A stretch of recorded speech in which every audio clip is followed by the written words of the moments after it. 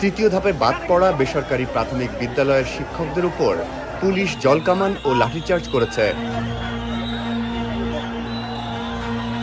বেসরকারি প্রাথমিক বিদ্যালয় জাতীয়করণের দাবিতে শিক্ষকরা প্রধান উপদেষ্টার বাসভবন যমুনার দিকে যেতে গেলে এমন পরিস্থিতির সৃষ্টি হয়। এই ঘটনায় অন্তত ৫ জন আহত হয়েছেন।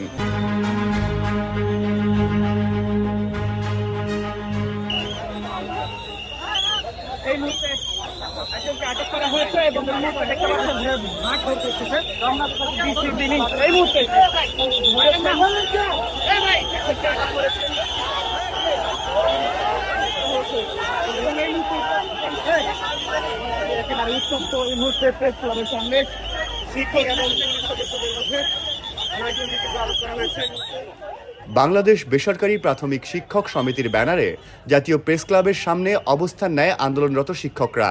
দীর্ঘদিনেও দাবি আদায়ের বিষয়ে ন্যূনতম আশ্বাস না পাওয়ায় তারা প্রধান উপদেষ্টার বাসভবন যমুনার দিকে যাওয়ার চেষ্টা করেন। বেসরকারি প্রাথমিক বিদ্যালয় শিক্ষকদের মিছিলটি কদম ফোয়ারার কাছাকাছি এলে পুলিশ তাদের বাধা দেয় এবং প্রতিনিধি দল বাসভবনে যাওয়ার জন্য বলেন, কিন্তু তারা রাজি হয়নি। পরে বাধা উপেক্ষা করে তারা সামনের দিকে যেতে চাইলে পুলিশ তাদের ওপর জলকামান নিক্ষেপ করে।